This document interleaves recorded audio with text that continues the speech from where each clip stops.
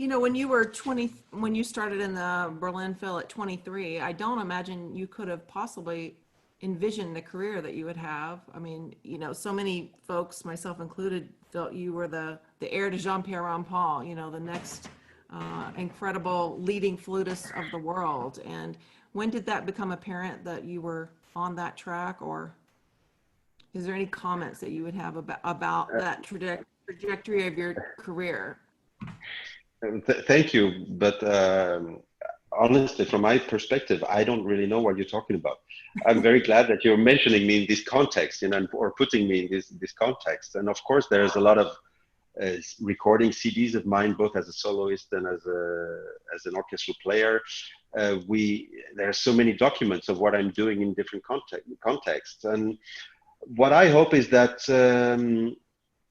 people may agree or not, or with the way I play my instrument.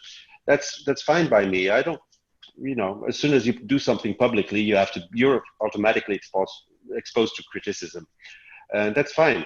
But be assured of something, is that I always try to deliver my best, and not just my very own personal best, but to fit the context in the best possible way. And this is whether I'm one of the many parts inside the orchestra, for example, one of the few parts when it's chamber music, in dialogue with a pianist or a harp player, if it's a recital program or solo program or concerto program, then when I'm the boss.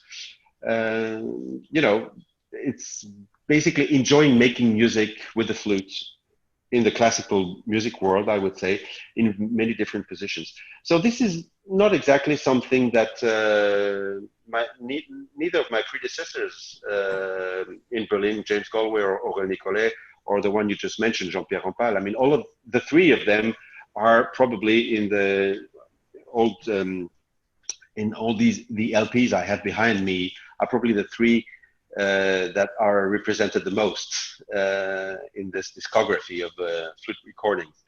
But because when I was a teenager, the three of them were making, I was dreaming when I was just listening to them. And I bought tickets and went to listen to their concerts. And I was sometimes positively surprised and sometimes quite disappointed also. But now I've learned also that there are good days, bad days. I don't judge somebody on one concert if I'm listening to them for the first time.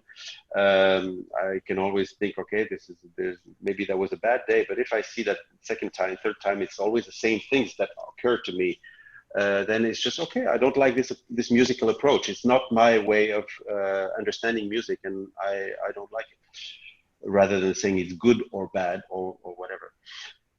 I think people like Rampal, like Galway, like Nicolet, they have been doing a lot for music making, for flute playing, in very different times and in very different countries, spreading around the word that flute can be a solo instrument, and is one of the top expressive musical instruments nowadays. And this was not obvious. It's something that Marcel Moïse did also when he founded the Marlborough Music Festival together with Rudolf Serkin and Pablo Casals, for example. And then premiered the Ibert Concerto in France, and did a lot of solo work that the previous generations didn't do. Then later on it was Rampal, a lot in America and in France, of course, and also in Japan. Nicolet was more in Germany and the East Bloc of Europe, a lot less in America, for example. And James Galway then came later in a different generation and did a lot internationally, and he played in stadiums. I mean, he's a star like Jesse Norman, like Luciano Pavarotti, you know. It's amazing, and it's certainly not my ambition to be there, because I don't feel the need for that, and I wouldn't be happy, and I probably wouldn't deliver in the same terms of the same quality. So there's a lot of stuff that I do that is super exposed, and others that are a bit more confidential, but that's all me as a musician. I think this kind of approach of making music in very different manners, and if you look at my discography, every recording is very different from the previous one. they're all like different parts of a puzzle. And in the end, that's my approach of flute playing and my musical world, and serving it in very different ways and manners, I would say. Well, I think you're the only flutist in the world who has such a large recording contract with a major label. And how did all of that get started? Was that soon after you joined the BPO, or? Yes, actually, well, it was EMI Classics in those years. Then the market has changed and it was bought by Warner Classics, but it's actually the same label, the same people, the same recordings. So it's more than 35 recordings now in 30 years. When I won a few competitions back when I was 17, 18, 19, I started doing a few recordings that were published then, that are still available actually online and on CD. But then after joining Berlin Philharmonic, 93, 95, I got confirmed there after the trial period, and I started doing chamber concerts, solo concerts. We did the Mozart recording with Abado. It was the beginning of my EMI contract. And since then, I've been recording exclusively for them. Actually, next week, I'm going into the studios here in Berlin and record some Beethoven works for flutes and other instruments. Since we're in 2020, the Beethoven era, and everybody's playing their Beethoven symphonies and sonatas and whatever, etc. I thought I would do a little bit of flute music because he didn't write much, and it's a great opportunity to do this. And after that, I'm going in the studios, and actually until the end of June, I will be spending 2 days, 3 days rehearsing, and 2-3 days in the studios again, recording that program. And there's a lot of new works, new commissions, working a lot with composers. You know, in these times of Corona crisis worldwide, that really takes very different proportions depending on whether you're experiencing the situation yourself or in your family or not, or in which country you're living, or how the various authorities are dealing with it. It affects our lives in a tremendous way, and it's one of the great things that we can talk together now. Otherwise, we might have not be doing this. And let's take it as a positive thing and positive message. And I thought I was, when we all are wondering, asking ourselves so many questions about, okay, what's the present about? What's the future going to be like, etc. I thought I need to have more contact with people who are used to work alone in isolation at their table, writers, composers. And I thought I'd make a contact with composers, and I'll ask all of those whom I know or I meet to write something with flute. And 10, 11 of them have responded positively to write something. They started already a few months ago, and they will finish in the next coming weeks. And we plan to record all of this together with other great musicians.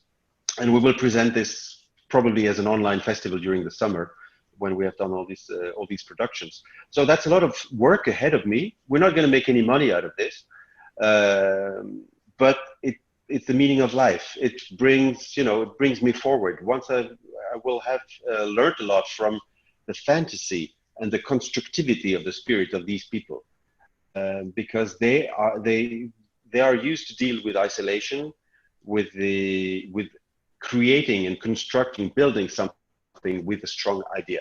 And I think this is the greatest example that we can. So it's to be found in the books, music, but also the books, like good literature, good theater plays, good novels, can really rescue our soul in such hard times. Oh, thank you, because we did have some questions about COVID-19, and I feel like you really answered those there. We do have a question about how do you manage such a busy performance career with all of the solo and chamber and orchestral and recording year round. I think it's the busiest career anybody's ever seen. And along with that, how do you manage the stress that might come with that? Okay, well, I know a couple of colleagues who may not be flute players, but who are even more hyperactive than I am. The good thing is I have this thing called Berlin Philharmonic that keeps me busy half the year, basically. The other principal flute player here is Mathieu Dufour for the last 5 years now. Before it was Andreas Blau, and my predecessor was Karl-Heinz Zoller, and we always split the season, the two of us. So that means I play 6 months, he plays 6 months. But actually it doesn't happen like that. It's just like 1 week or 2 weeks each, or 3 weeks in a row, and then the other one 3 weeks in a row. And during the time off, so to say, you can either teach, you can either prepare yourself, you can play some other projects, you can play the chamber music hall, or you can go on tour and play solo stuff, depending on what you want to do, what you can do, what the contacts are that you have developed, who is asking for you, and all that kind of thing. So very early when I joined the Berlin Philharmonic and started doing some concertos with them, when I launched my EMI contract with the Mozart Flute Concerto with Claudio Abbado, we performed the Flute and Harp Concerto about 30 times across the world with the Berlin Philharmonic with Claudio Abbado. And of course, my solo career with all the prizes I've been winning before was shooting, and I had an offer from the best management, who were also managing the Berlin Philharmonic, to fit in solo dates in between my orchestra dates, etc. So therefore, I could start an activity that has very quickly developed into about 150, 160 concerts a year. Half of it, a little half of it as part of the Berlin Philharmonic Orchestra, and the other half as a soloist or chamber musician. So in order to be able to achieve and to play all these concerts and to be prepared to practice for all of that, you need to keep yourself in good health, of course. Don't exaggerate with all kind of things that you know are not good for your health. Don't overdo sports and these kind of things either, because you can injure yourself if you do things without preparation.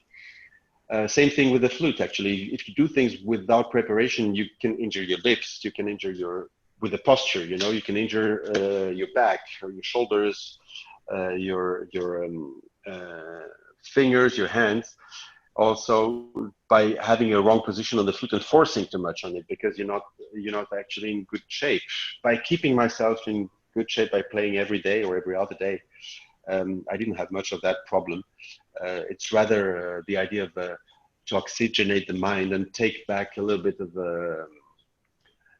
distance in order to resource your mind a little bit. And this is something that I have to work on myself, is because usually when you're into doing things, a lot of things, you get used to this level of activity, and you get this kind of stress, positive stress. And suddenly when I'm on holiday, during 2 or 3 days, I'm just unbearable, because I can't be just doing nothing there. I always have to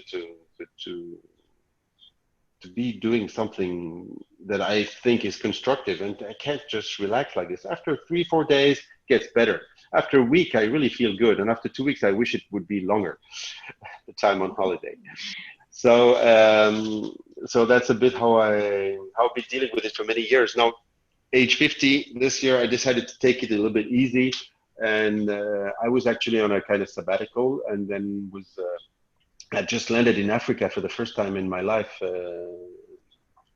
for a holiday, when the Corona thing, where the COVID-19 regulations and all the borders closed, stopping flights, etc. I was nearly stuck in Africa for a month, but it was really nice, wonderful people there, wonderful to get to know a different culture, to see different priorities, to see how people can dance and smile and cheer you up, even though they don't know you really. And this is amazing things that I think are of an incredible value and benefits as human beings, is something that I've certainly brought back in my heart from Africa. Oh, that's encouraging and inspiring.